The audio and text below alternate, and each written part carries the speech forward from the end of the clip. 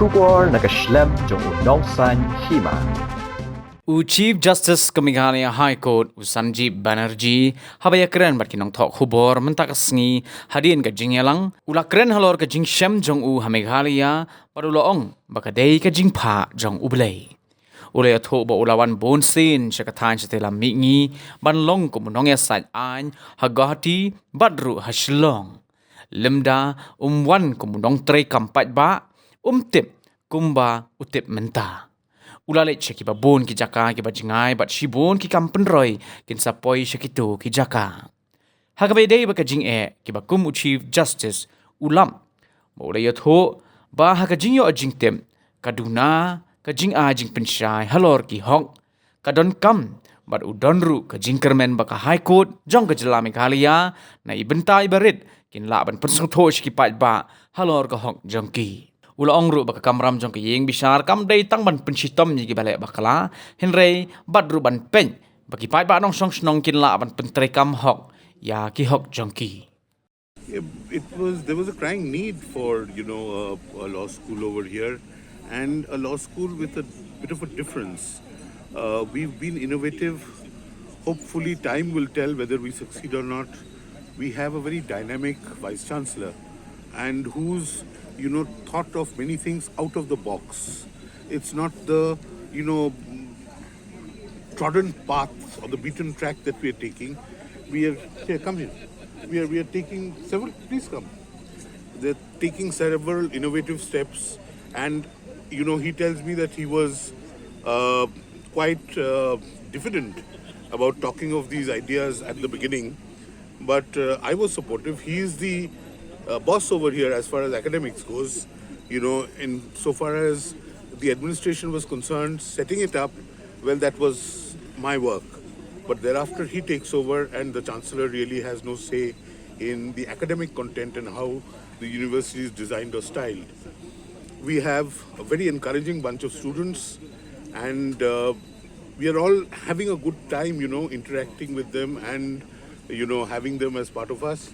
And the Vice Chancellor will be the best to answer your future questions. Sir, your experience being here in Shillong? It was God sent. I don't know if I would have done it the other way. I did not know. I love this part. I've come several times to the Northeast, particularly as a lawyer to Guwahati. I've been to Shillong several times before. But if I hadn't been a public servant over here, I wouldn't have known, what was necessary. I've been to, as the Chief Minister said, the far corners. We've driven a lot of infrastructure projects. Hopefully, down the line, kind of downstream projects will come up. And we found a very good Vice Chancellor for the National Law University. So in the course of your... One of the challenges was that, in the form that we know was lacking. The other was awareness of rights may not have been there to the extent necessary.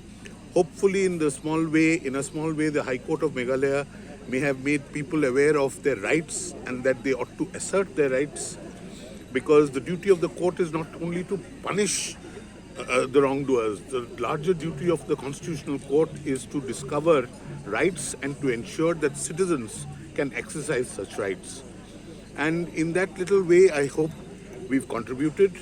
There is a lot of skill development which is necessary over here in every sphere, which is beyond my domain, and the Chief Minister has spoken about it. In many areas like medical college, infrastructure, healthcare, education, there are little bits that we have pushed the government into doing a few things, hopefully which will, stand in good stead. But coming back to the National Law School, I'm sure 10 years from now, all of you will be proud. And I hope the Vice Chancellor, you can keep your Vice Chancellor over here pinned down for the next 10 years till, it achieves the excellence that I see it achieving. Thank you, sir. We are going to offer Master of Science in Policy Science Analytics, and that will be a very unique in the country, because until now the policy framework in the country mostly perceptive based, not the data driven. So this particular course will enable, the learner how to analyze the data, how to structure the data, and then, to come up with, predictive framework or the modeling that if you bring particular type of policy, what kind of an impact it might create. So, which we call the decision support, system, and this will be one of its kind. In the country.